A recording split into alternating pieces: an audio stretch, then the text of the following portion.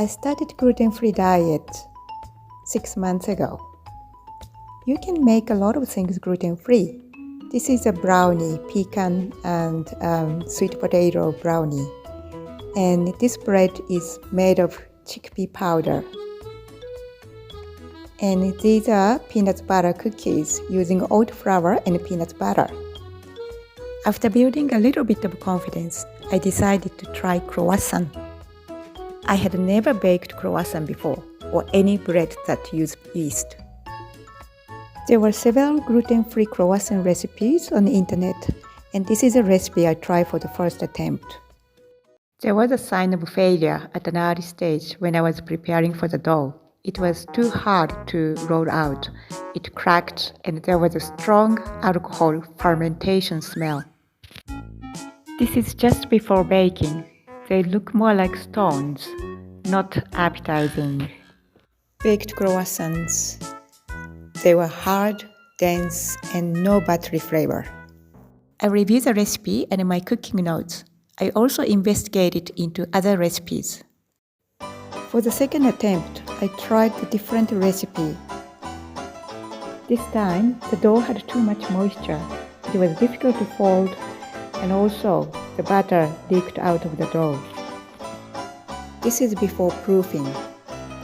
I let it sit for 3 hours. There was no change to the sides. Now time to bake. You can see that the butter is exposed. As expected, a lot of butter leaked out of the dough. As a result, they were dense, although not as bad as the first round. There was a flaky layer outside, but the inside is like this. There was no layer. I did further investigations into the recipes for both gluten-free croissants and normal croissants, and made a comparison in terms of the ingredients, what rising agents were used, and also how much quantity of each ingredient is used. For the third attempt, I used a flexible approach. I modified the previous recipe and further modified and adjusted during croissant making. Before laminating the batter, I had to rework on the dough a couple of times in order to get the texture right. The butter still leaked out of the dough, but I felt a massive improvement. This is just before proofing, and this is after proofing. As you can see, the croissants became bigger. On the other hand, the proofing temperature was too high, so the butter melted out of croissants.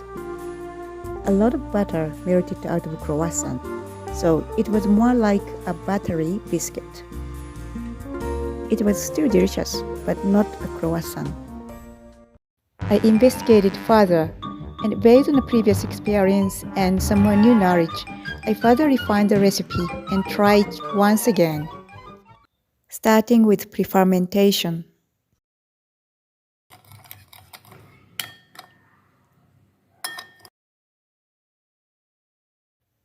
I added some more water and flour in order to get the texture right.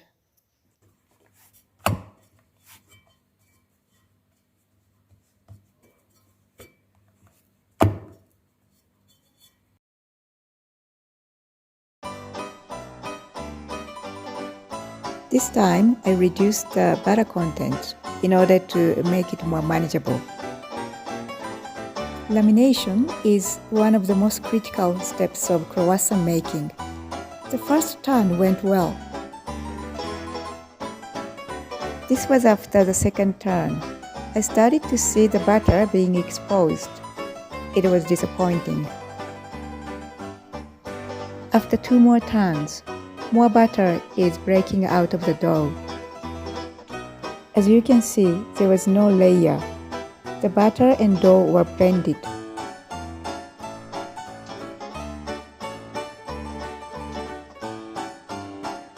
Another problem was proofing.